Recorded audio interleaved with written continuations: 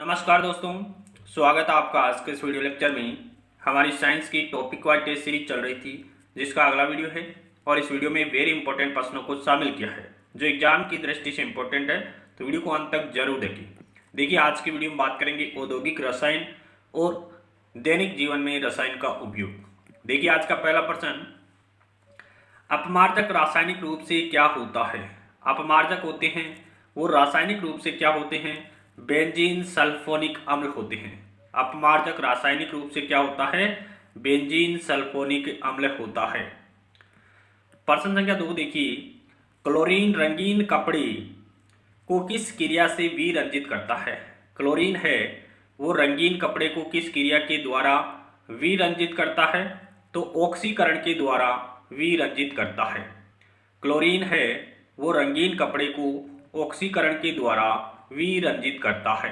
किसके द्वारा, ऑक्सीकरण के द्वारा विरंजित करता है।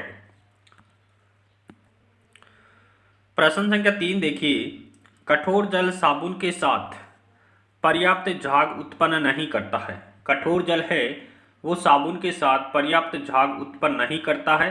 किसके कारण, इसमें कैल्शियम और मैग्नीशियम के विलेय लवण होते हैं। कठोर जल साबुन के साथ पर्याप्त झाग उत्पन्न नहीं करता है क्योंकि इनमें कैल्शियम और मैग्नीशियम के विलेय लवण यानी कैल्शियम और मैग्नीशियम के लवण घुले होते हैं। प्रश्न संख्या 4 देखिए, बेकेलाइट एक है। बेकेलाइट क्या है, तो बेकेलाइट एक प्रकार का प्लास्टिक है और प्लास्टिक भी कैसा प्लास्टिक है, थर्मोसेटिंग प्लास्टिक है। बेकेलाइट किस प्रकार का प्लास्टिक है, थर्मोसेटिंग प्लास्टिक है। प्रश्न संख्या 5 देखिए, यदि पानी के साथ साबुन से झाग कठिनाई से निकलता है तो वह पानी होता है, तो कठोर जल होता है। यदि पानी के साथ साबुन से झाग कठिनाई से निकलता है तो वह पानी कैसा होता है, कठोर पानी होता है। प्रश्न संख्या 6 देखिए, फोटो खींचने वाले प्लेट पर प्रकाश पड़ने पर प्रकाश किस ऊर्जा में बदल जाता है, तो रासायनिक ऊर्जा में बदल जाता है। फोटो खींचने वाले प्लेट पर प्रकाश पड़ता है तो वो प्रकाश रासायनिक ऊर्जा में बदल जाता है। प्रश्न संख्या 7 देखिए, जिलेटिन का प्रयोग प्राय आइसक्रीम बनाने में किया जाता है जिसका उद्देश्य होता है कोलाइड को स्थायी करना व क्रिस्टलीकरण को रोकना। जिलेटिन का प्रयोग किसमें किया जाता है, आइसक्रीम बनाने में किया जाता है। तो इस जिलेटिन का उद्देश्य क्या होता है, कोलाइड को स्थायी करना व क्रिस्टलीकरण को रोकना होता है। प्रश्न संख्या 8 देखिए, कोबाल्ट 60 आमतौर पर विकिरण चिकित्सा में प्रयुक्त होता है क्योंकि यह उत्सर्जित करता है। तो कोबाल्ट 60 है वो गामा किरणें उत्सर्जित करता है। कोबाल्ट 60 कौन सा किरणें उत्सर्जित करता है, गामा किरणें उत्सर्जित करता है। इसी कारण से इसका उपयोग विकिरण चिकित्सा में किया जाता है। प्रश्न संख्या 9 देखिए, शरीर में रक्त के थक्के का पता लगाने के लिए किस रेडियो समस्थानिक का उपयोग किया जाता है, तो सोडियम 24 का प्रयोग करते हैं। शरीर में रक्त के थक्के का पता लगाने के लिए किस रेडियो समस्थानिक का प्रयोग करते हैं, सोडियम 24 का प्रयोग करते हैं। प्रश्न संख्या 10 है, अपमार्जक है। तो अपमार्जक क्या होते हैं, सोडियम एल्किल सल्फेट होते हैं। अपमार्जक क्या होते हैं, सोडियम एल्किल सल्फेट होते हैं। प्रश्न संख्या 11 है, प्लास्टर ऑफ पेरिस के जमने में सम्मिलित होता है। प्लास्टर ऑफ पेरिस के जमने में ऑक्सीजन सम्मिलित होता है। प्लास्टर ऑफ पेरिस किसके कारण जमता है, ऑक्सीजन के कारण जमता है। प्रश्न संख्या 12 है, निम्न में से प्राकृतिक रबर है। प्राकृतिक रबर कौन सा है, आइसोप्रीन है वो प्राकृतिक रबर है। नियोप्रीन है वो संश्लेषित रबर है। आइसोप्रीन है वो कैसा रबर है, प्राकृतिक रबर है आइसोप्रीन।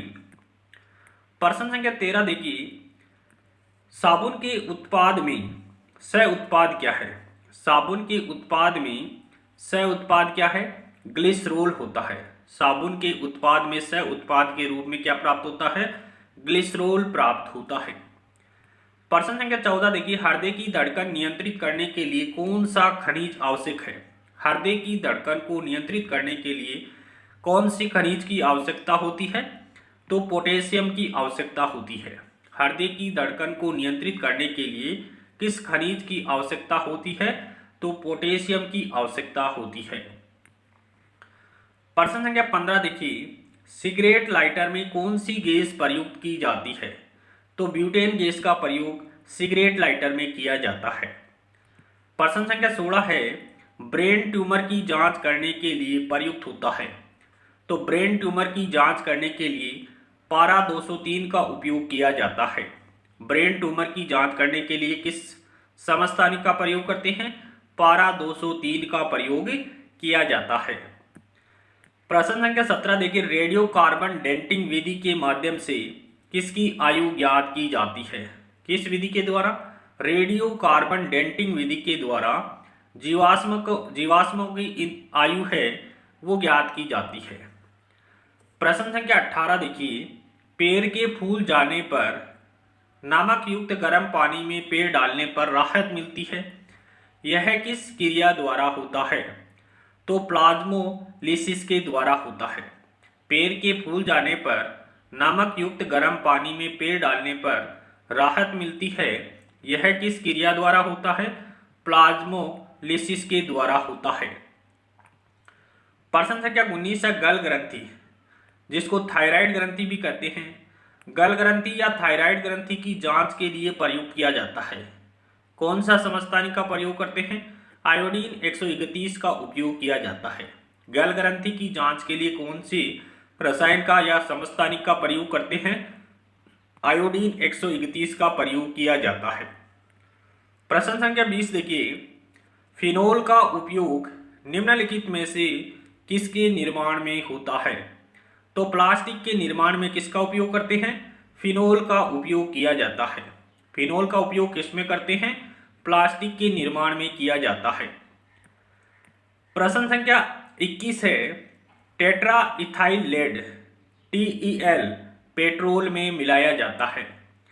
इसकी एंटी नॉकिंग रेकिंग यानी अपस्फोटन दर को बढ़ाने के लिए टेट्रा एथिल लेड का प्रयोग पेट्रोल में किया जाता है। इसके लिए इसकी एंटी नॉकिंग रेटिंग को बढ़ाने के लिए या अपस्फोटन दर को बढ़ाने के लिए पेट्रोल में टेट्रा एथिल लेड का प्रयोग किया जाता है। प्रश्न संख्या 22 देखिए, निम्नलिखित में से कौन सा मिश्रण कोल गैस कहलाता है? कोल गैस कौन सा मिश्रण कहलाता है? तो CO plus H2 plus CH4, H2 plus CO होता है, प्लस इसमें मेथेन होता है। कोल गैस में क्या होता है? देखिए H2 प्लस CO होता है, इसके अलावा इसमें क्या होता है? मेथेन होता है CH4। कोल गैस में क्या होता है? H2 plus CO plus CH4 होता है। प्रश्न संख्या 23 देखिए, वह कच्चा माल जिससे रेयोन बनाया जाता है। तो रेयोन किससे बनाया जाता है? सेलुलोज से बनाया जाता है। रेयोन किससे बनाया जाता है? सेलुलोज से बनाया जाता है। प्रश्न संख्या 24 देखिए, पेट्रोलियम में सहमिश्र मिश्रण रहता है। पेट्रोलियम में किसका मिश्रण रहता है? तो पेट्रोलियम में हाइड्रोकार्बन का मिश्रण होता है। पेट्रोलियम है वो किसका मिश्रण होता है? हाइड्रोकार्बन का मिश्रण होता है। प्रश्न संख्या 25 देखिए, माइका काम में ली जाती है। तो माइका का उपयोग किस में किया जाता है? तो विद्युत उद्योग में माइका का प्रयोग करते हैं। माइका मतलब अभ्रक का उपयोग किस में करते हैं?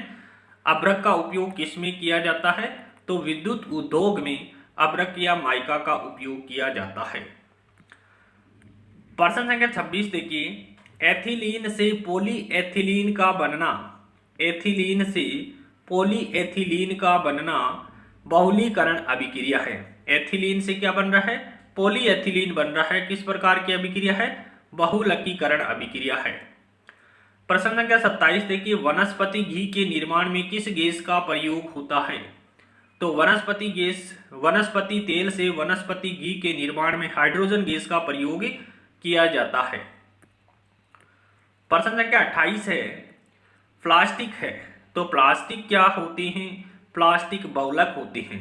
प्लास्टिक क्या होते हैं? बहुलक होते हैं। प्रश्न संख्या 29 देखिए, निम्नलिखित में से कौन पेट्रोलियम का एक उप उत्पाद नहीं है? पेट्रोलियम का उप उत्पाद कौन सा नहीं है? नेफ्था उप उत्पाद है, पैराफिन वैक्स यानी पैराफिन मोम भी है, एनिलाइन भी है, अमोनिया है वो पेट्रोलियम का उप उत्पाद नहीं है। ऑप्शन 4 यहाँ पर राइट होगा कि पेट्रोलियम का उप उत्पाद कौन सा नहीं है? अमोनिया नहीं है। प्रश्न संख्या 30 देखिए, खानों के अंदर विस्फोट प्राय किनके मिश्रण से होता है? तो मीथेन और हवा के मिश्रण से खानों में विस्फोट होता है। किसके मिश्रण से? मीथेन और हवा के मिश्रण से। प्रश्न संख्या 31 देखिए, कोयले की खानों में प्राय विस्फोट करने वाली गैस है। कोयले की खानों में विस्फोट किसके कारण होता है? मीथेन के कारण होता है। कोयले की खानों में विस्फोट किसके कारण होता है? मीथेन के कारण होता है। प्रश्न संख्या 32 देखिए, शीशा यानी ग्लास प्राय निम्नलिखित के 1400 डिग्री सेल्सियस के आसपास तपाने से बनाया जाता है। शीशा को जब 1400 डिग्री सेल्सियस के आसपास गर्म करते हैं तो शीशा प्राय यानी शीशे का निर्माण है वो किसको 1400 डिग्री सेल्सियस के आसपास गर्म करके बनाया जाता है? तो चूना और सोडा भस्म को गर्म करके बनाया जाता है। शीशे का निर्माण किससे करते हैं?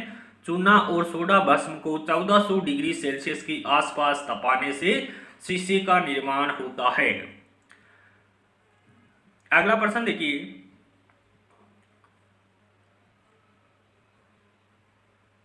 प्रश्न संख्या 33 देखिए, पॉलिस्टर का व्यावसायिक नाम क्या है?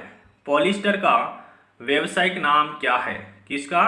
पॉलिस्टर का व्यावसायिक नाम क्या है? टेरिलीन है। पॉलिस्टर का व्यावसायिक नाम टेरिन या टेरिलीन है। क्या है? टेरिलीन है। प्रश्न संख्या 34 देखिए, रबर को मजबूत व उछाल लायक बनाने के लिए उसमें क्या मिलाया जाता है? सल्फर मिलाया जाता है। रबर को मजबूत और उछाल लायक बनाने के लिए उसमें सल्फर या गंधक मिलाया जाता है। प्रश्न संख्या 35 देखिए, निम्न में से रबर के संश्लेषण में किसका प्रयोग किया जाता है? रबर के संश्लेषण में किसका प्रयोग करते हैं? आइसोप्रीन का प्रयोग किया जाता है। रबर के संश्लेषण में किसका प्रयोग करते हैं? आइसोप्रीन का प्रयोग किया जाता है। प्रश्न संख्या 36 देखिए, पेट्रोल की आग बुझती है। पेट्रोल की आग किससे बुझती है? सोडियम बाइकार्बोनेट से बुझाई जाती है। पेट्रोल में लगी आग को सोडियम बाइकार्बोनेट NaHCO3 से बुझाई जाती है। NaHCO3 को क्या कहते हैं? सोडियम बाइकार्बोनेट कहते हैं। प्रश्न संख्या 37 देखिए, कच्ची चीनी को रंगहीन करने के लिए कौन से चारकोल का प्रयोग किया जाता है? तो जंतु चारकोल का प्रयोग किया जाता है। कच्ची चीनी को रंग विहीन करने के लिए कौन से चारकोल का प्रयोग करते हैं? जंतु चारकोल का प्रयोग किया जाता है। प्रश्न संख्या 38 देखिए, विविध औद्योगिक प्रक्रियाओं में विशेष रूप से रंगने में इस्तेमाल की जाने वाली फिटकरी में एक संयोजी धातु के सल्फेट व क्रिस्टलन के जल के अलावा इनमें किसका सल्फेट होता है? तो किसका सल्फेट होता है? त्रिसंयोजी धातु का सल्फेट इसमें पाया जाता है।